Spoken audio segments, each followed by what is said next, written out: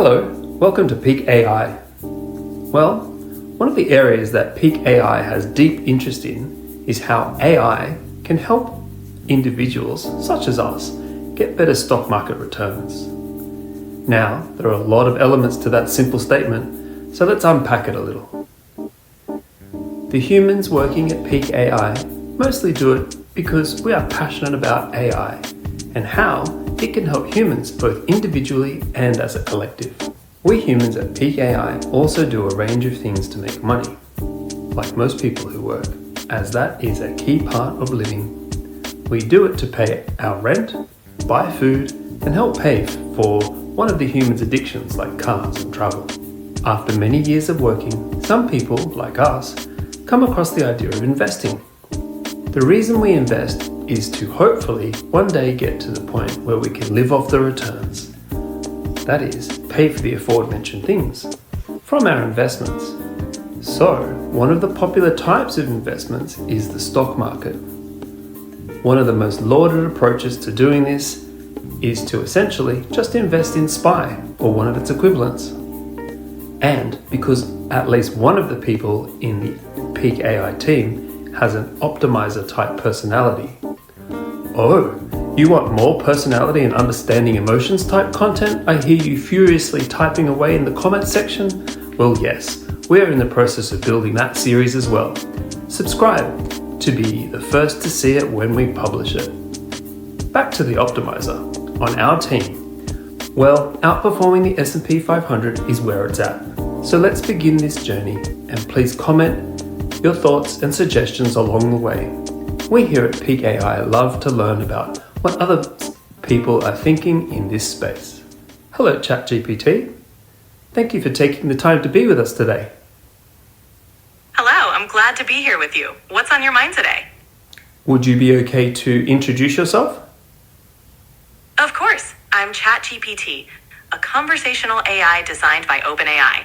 I can chat about all sorts of topics, answer questions, help with learning new things, or just have a fun conversation.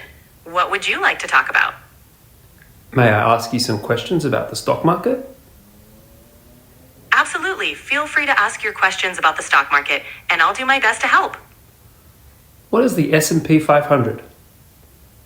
The S&P 500 is a stock market index that tracks the performance of 500 of the largest publicly traded companies in the United States. It includes companies from various sectors, giving a broad view of the overall U.S. stock market's health. When people talk about the market going up or down, they're often referring to the S&P 500. Whoa, that was a pretty thorough response. What is the S&P 500 at today?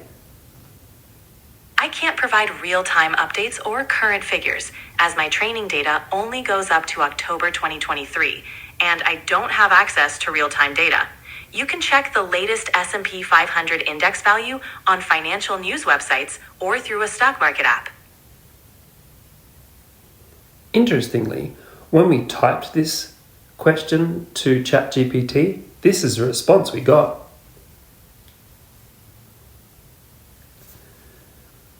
Why do so many people want to beat the S&P 500? People aim to beat the S&P 500 because it's considered a benchmark for overall stock market performance.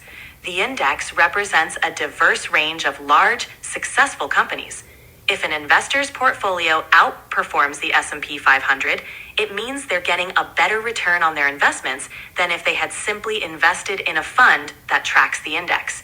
It's a way to measure investment success.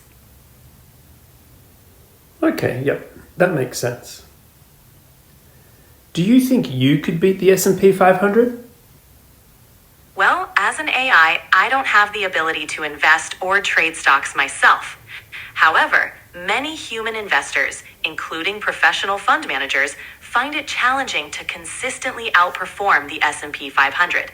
It's tough to predict the market's movements, and the S&P 500 serves as a high standard for investment performance. I'm not sure that is full self-awareness, but I'm guessing it's a bit of an inkling into it. I'm definitely interested in beating the S&P 500 consistently, though. Talk me through in more detail the steps I could take to consistently beat the S&P 500.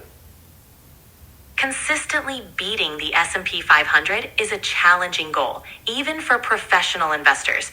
But here are some strategies that might improve your chances. 1. Educate yourself. Understand the stock market, investment principles, and different strategies. Knowledge is your foundation. 2. Diversify. Don't put all your eggs in one basket. Spread your investments across various sectors and asset classes to reduce risk. Long-term focus. Short-term trading can be risky and costly. A long-term approach allows you to ride out market volatility. 4.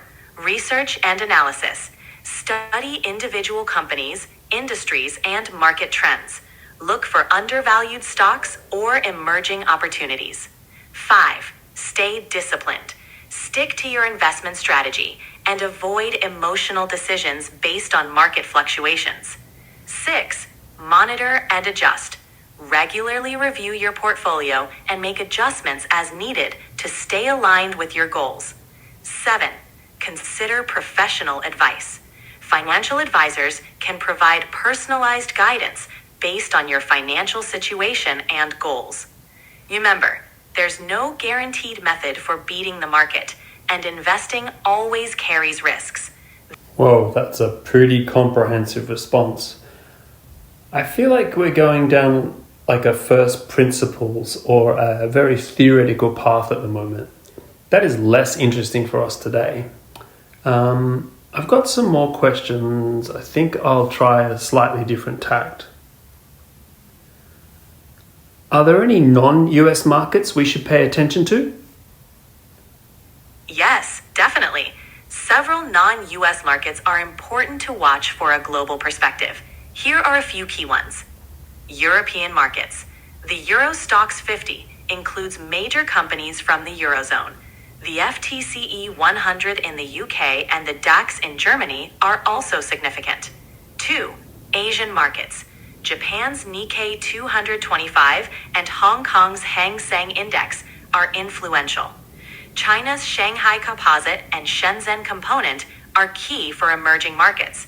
Countries like India, the NSE Nifty 50, Brazil, Bovespa, and South Africa, the JSE Top 40, offer growth opportunities and diversification. 4. Canadian market. The Toronto Stock Exchange, TSX, is notable for its strong representation of mining and energy companies. Each market has its own dynamics, so keeping an eye on global economic indicators and political events is crucial when considering international investments. Okay, I'm liking these options, but it's starting to feel a little generic and not very actionable. So I'm going to take another approach yet again.